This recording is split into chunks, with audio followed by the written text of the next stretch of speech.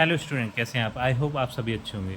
प्यारे बच्चों, आज हम करेंगे कक्षा 5 के हिंदी के एडगेड अभ्यास पुस्तक के पाठ 10 को। इस पाठ का नाम है बच्चों नीति के दोहे।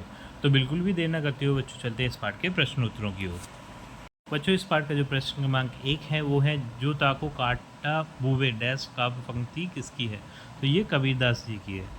प्रश्न क्रमांक 2 है, विद्याधन उद्यम बिना पंक्ति के आधार पर विद्याधन कैसे प्राप्त होता है? तो ये मेहनत करने से प्राप्त होता है। प्रश्न क्रमांक 3 है, कविता के अनुसार बार बार अभ्यास करने से कौन सही हो जाता है? तो मूर्ख भी सही हो जाता है।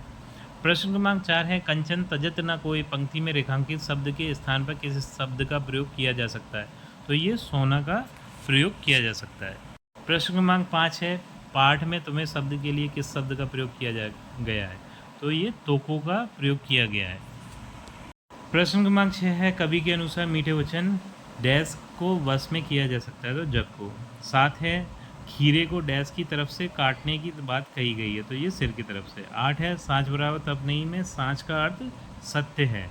9 है, तुलसीदास जी के अनुसार डैश स्थान पर पड़े होने पर सोना अपनी मूल्यता नहीं खोता? तो ये गंदे। 10 है, बुरा जो देखन में चला पंक्ति में देखन शब्द का प्रयोग डैश से है? तो ये ढूंढने के लिए किया गया। प्रश्न क्रमांक 11 है, जाके हृदय सांचे ताकि हृदय आप पंक्ति में आप किसे कहा गया है? तो ये आपको ईश्वर से कहा गया है।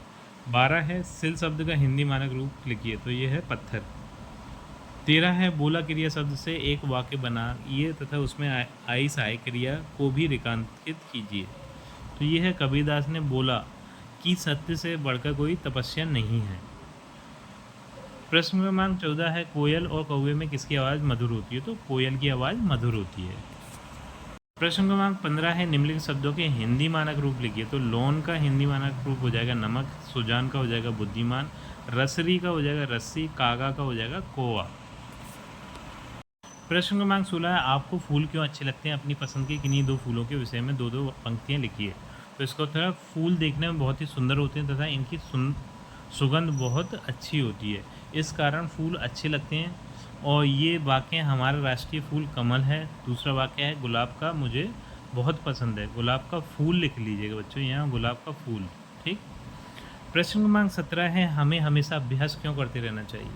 तो इसका उत्तर है, क्योंकि अभ्यास करने से ही हम चतुर बन सकते हैं या फिर सफलता को प्राप्त कर सकते हैं। प्रश्न क्रमांक 18 है, दिए गए विशेषण शब्दों को उदाहरण के अनुसार संज्ञा शब्दों में परिवर्तित कीजिए? तो जैसे मीठा दिया है तो ये मिठाई हो जाएगा, बुरा का बुराई, खट्टा का खट्टाई, अच्छा का अच्छाई और तरुण का तरुणाई।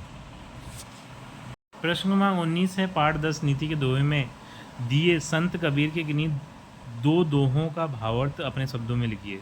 तो पहला दोहा लिया मैंने, ये सांच बराबर तप नहीं तप बराबर, इस तरीके से ये दोहा है। तो बच्चों इसका भावार्थ इस तरीके से हो जाएगा, सत्य से बढ़कर कोई तपस्या नहीं होती और झूठ के बराबर कोई पाप नहीं होता। जिसके हृदय में सच निवास करता है उसके हृदय में ईश्वर निवास करते हैं। दूसरा जो दोहा है वो है, बुरा जो देखन में चला बुरा ना मिलियो कोई, जब मन खोजा आप ना तो मुझसे बुरा ना कोई। इस तरीके से ये दोहा है। तो इसका भावार्थ है, जब मैं इस संसार में बुराई खोजने चला तो मुझे कोई बुरा ना मिला, जब मैंने अपने मन में झांका कर देखा तो पाया कि मुझसे बुरा कोई नहीं है। प्रश्न क्रमांक 20 है, मीठे वचन बोलने पर हमारे जीवन में क्या क्या लाभ होते हैं? तो उत्तर है, मीठे वचन बोलने पर हमारे जीवन में निम्न लाभ होते हैं। पहला है, मीठे वचन बोलने से हमसे सभी प्रसन्न होते हैं। दूसरा है, मीठे वचन बोलने से संसार में हमारा मान सम्मान होता है। तीसरा है, मीठे वचन से हम पूरे जग को अपना बना सकते हैं। तो बच्चों, इसी प्रश्न के उत्तर के साथ हमारी ये वीडियो कंप्लीट होती है। आई थिंक ये वीडियो आपको पसंद आई होगी। यदि वीडियो आपको पसंद आई है तो वीडियो को लाइक करिए, चैनल को सब्सक्राइब करिए। आपसे मिलते हैं अपनी अगली वीडियो में।